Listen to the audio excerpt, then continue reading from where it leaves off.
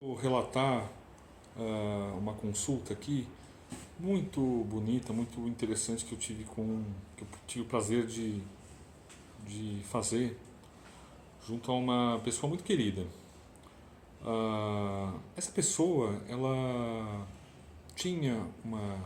Qual que era a questão, né? Ela tinha uma casa que foi herdada de herança, né? Uma boa casa, num bairro bem localizado em São Paulo, e não conseguia vender de jeito nenhum, né? Chegou a colocar a venda em leilão abaixo do valor venal e não conseguia vender. Então, uma pessoa próxima de nós dois ouviu a história e falou comigo, né? Adiantou um pouco a história, dizendo que essa pessoa estava procurando um pai de santo em São Paulo, queria uma indicação assim do gênero, etc. Eu falei, bom, eu acho que a minha intuição me disse que não, o caminho não era muito por aí. E chamei ela para ler as cartas, né? Enfim, essa leitura marcou, na verdade, a minha volta ao trabalho como um tarô.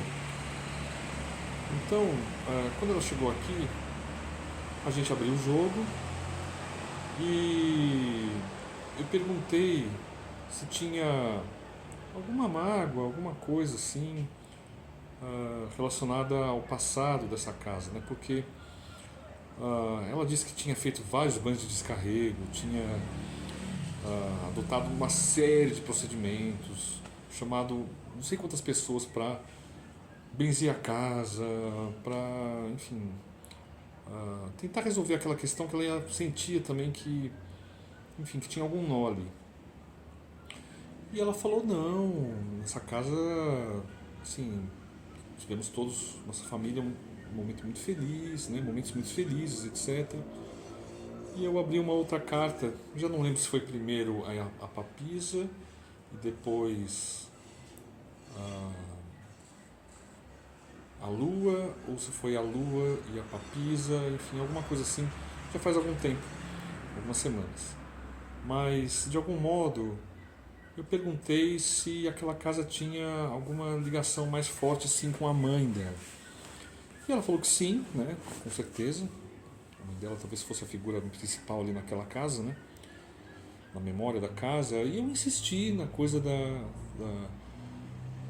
mágoa ou de algo não resolvido, e ela se lembrou de uma história capital, né, fundamental, que a mãe dela tinha sido internada na UTI. E ela e o marido dela, enquanto cuidavam da mãe e esperavam ela sair, prepararam toda a casa, né? Compraram coisas, móveis, objetos de decoração, fizeram uma intervenção relativamente grande assim no espaço, né? Para fazer uma surpresa para a mãe quando ela voltasse da UTI. E ela não voltou, ela faleceu. Isso causou muita tristeza, né? E muita frustração para essa filha, para essa família que tinha preparado essa surpresa toda para celebrar a saída da mãe da UTI, né? E aí estava o nó, aí estava o bloqueio que de algum modo operava para que a casa não fosse vendida até então, né? O apego da casa não era do espírito da mãe, etc., como ela chegou a imaginar, algo do gênero, mas dela mesma, em função desse evento não ocorrido, né? Então, o que eu fiz foi recomendar um ato simbólico, receitar um ato simbólico que consistia no seguinte: ela deveria contratar uma atriz que ia fazer o papel da mãe dela, ia receber fotos, relatos, etc., e ia construir uma personagem o melhor possível da mãe, ia maquiar, vestir as roupas que a mãe vestia, e ia ser cenicamente, né, retirada da UTI. Um outro amigo ou algum outro ator ia dar alta para a mãe, ela levanta, recebe alta e o casal leva a mãe até a casa. E chegando na casa, eles convidam ela para entrar e ela entra. A atriz, a mãe ali, né? entra e, maravilhada, agradece tudo aquilo que eles estavam fazendo, que eles tinham feito pela casa. Percorrem todos os espaços, e ela vai ficando encantada a cada porta e agradece, muito emocionada, tudo aquilo que eles estavam fazendo por ela. E ao final recebe, o casal dá para ela uma flor branca num vaso, e ela finalmente diz: olha, eu agradeço muitíssimo, muitíssimo mesmo. Estou muito feliz com tudo que vocês fizeram, mas agora eu preciso ir embora. E ela vai levando essa flor branca que ela recebe. Depois a atriz tinha que deixar essa flor num determinado lugar,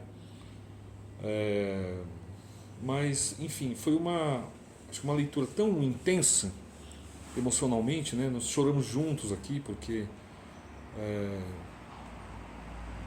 um tipo de ato, digamos assim, né, de encenação que mexe com uma memória afetiva muito forte, né, com uma situação muito forte assim dessa mãe que estava na UTI, que acabou falecendo antes de ver essa surpresa toda que eles prepararam, né?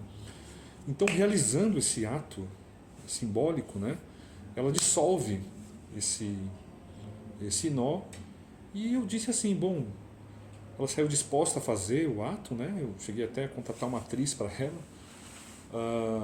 E muitas vezes o relato simbólico, né, do ato simbólico, do psicomágico, ele basta ser dito. Às vezes a pessoa não precisa nem fazer o ato.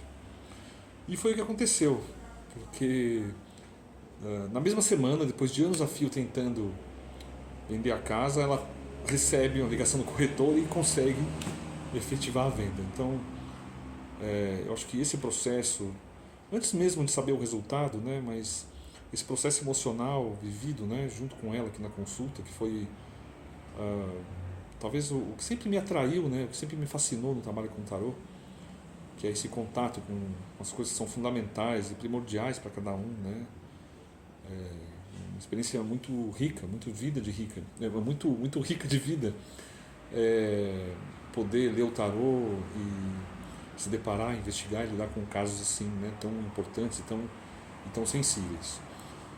Então fica aqui esse relato, né, desse feito, dessa leitura muito marcante para mim, e também para a pessoa que leu, né, e com um efeito muito interessante aí na relação entre leitura e receita para se resolver o bloqueio. Tá bom? Então é isso aí, tarô e psicomagia.